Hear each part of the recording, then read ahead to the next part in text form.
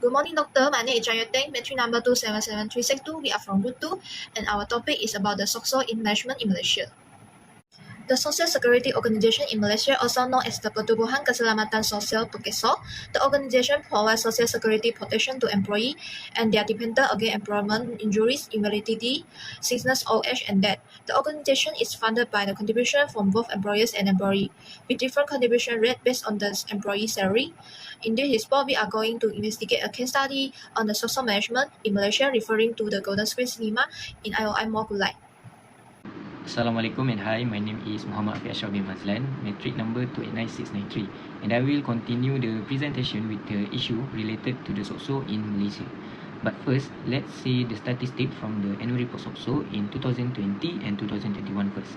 These statistics shows that the rate of the number of employees contributing to SOCSO in those 2 years are very low because there is only below than 4% amount of workers in Malaysia who already contribute in the SOCSO scheme, but the others are still not contributing.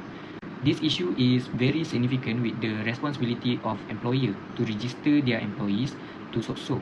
But still, we heard a lot of news about this employer who give an excuse that they do not know the need to make SOCSO contributions to their employees. If you can see from these examples news from Utusan Malaysia 2022, the director of the Negeri Sembilan Social Security Organisations, Fuad Alias, said that these reasons are often received as a result of the employer and self-employed detection operation, which is often done every year at every employer's permit in Malaysia. This shows that it is very absurd because it is already included in the SOCSO Act itself that employers need to contribute this SOCSO to their employees to prepare for the future. So if the employer gives an excuse, the authorities can take action by charging the employer and compounding, not exceeding up to 5,000 ringgit. And last but not least, I think employers in Malaysia need to be concerned more about these matters so that they can take care of the well-being of employees for the future preparations.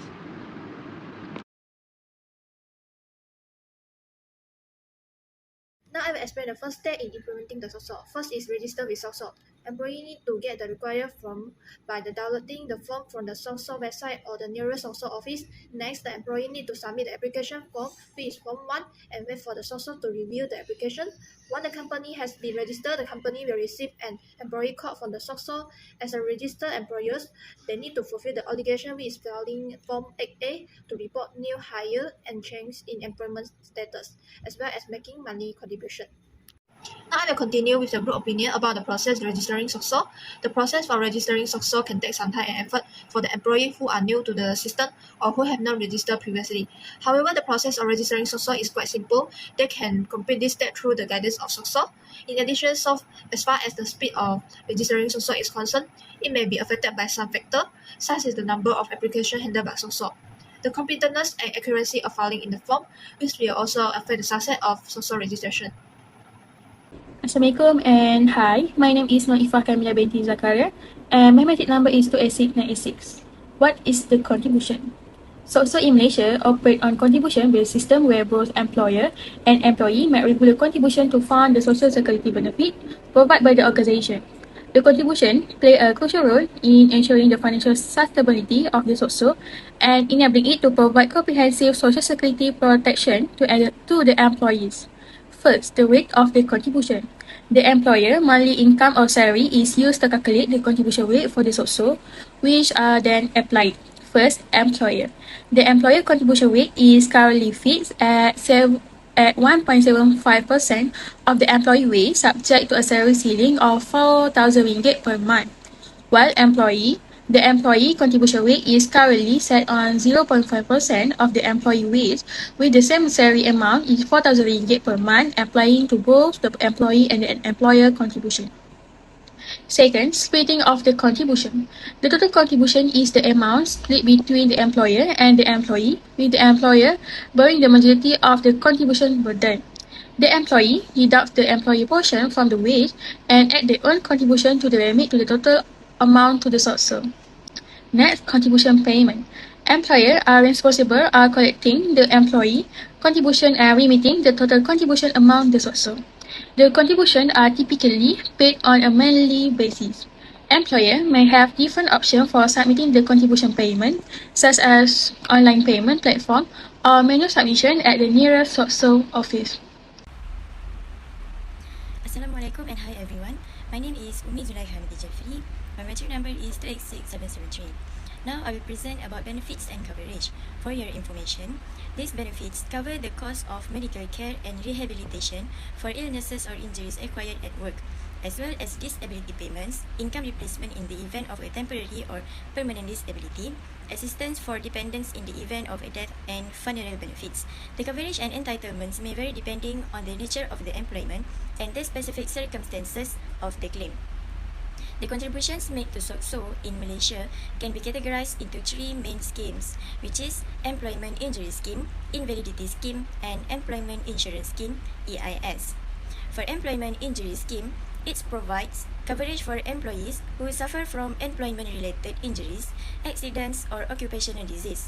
The contributions made under this scheme go towards providing benefits, such as medical expenses, disability benefits, and rehabilitation services. For Invalidity Scheme, it provides protection for employees who become permanently disabled and are unable to work due to invalidity. Contributions made to this scheme are utilized to provide invalidity pension and other related benefits to eligible individuals. The last one is Employment Injury Scheme, EIS, which is designed to provide support to employees who face involuntary unemployment. Contributions to the EIS scheme have created a fund that is used to provide financial assistance, job placement services, and training programs to eligible employees who have lost their jobs. Next is from interview session. Based on an interview from Mr. Muhammad Amar, he said that employers and employees are responsible for making payments into SOCSO each month. The contribution rates are calculated according to the employee's monthly salary, with SOCSO imposing a cap on the total amount that can be earned in a given month. There is a possibility that the price will change according to the category of the worker, such as full-time, part-time, or contract employees. He also said employees are eligible for a variety of benefits thanks to the payments made to SOCSO. Other than that, he also said that their company, JSCI Mon Kulai, provides other schemes to their employees, such as medical cards. The use of this medical card is important when their employee have to enter or be detained in the ward due to health problems. The employee only needs to bring the card to the hospital. Their company will bear the cost of the employee's treatment, even if not fully bear it. Next is our opinion about the contribution of SOCSO. We realize that the contribution scheme of SOCSO in Malaysia is reasonable and suitable for both employers and employee.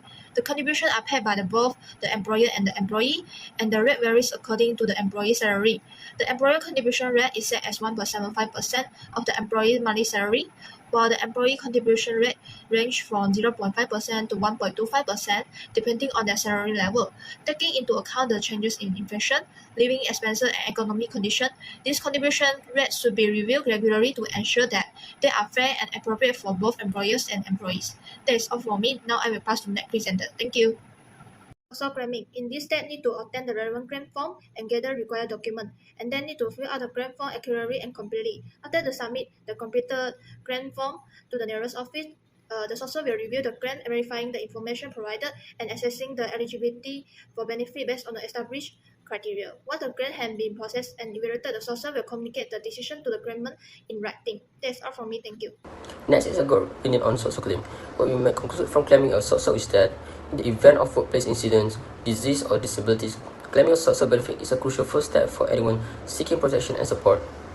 Individuals can get the financial aid, medical care, rehabilitation services, and other help that they need to speed up their recovery and keep their job by submitting a claim to SOCSO. Understanding the eligibility requirements, submissions procedures, and supporting paperwork needed for each individual benefit is crucial to properly claiming a SOCSO benefit. Getting aid from relevant authorities can make the process easier to navigate and help with any question or problems that could come up. In conclusion, SOCSO plays a crucial role in providing social security, protection, and welfare to employees in Malaysia. Through its various programs and initiatives, SOCSO aims to ensure that workers and their dependents are safeguarded against financial and social difficulties arising from employment-related incidents, disabilities, illness, and death. SOCSO comprehensive coverage extends to both employees in the private sectors and self-employed individuals, offering a wide range of benefits. The benefits not only provide financial support but also contribute to the overall well-being and quality of the life of the workers and their families.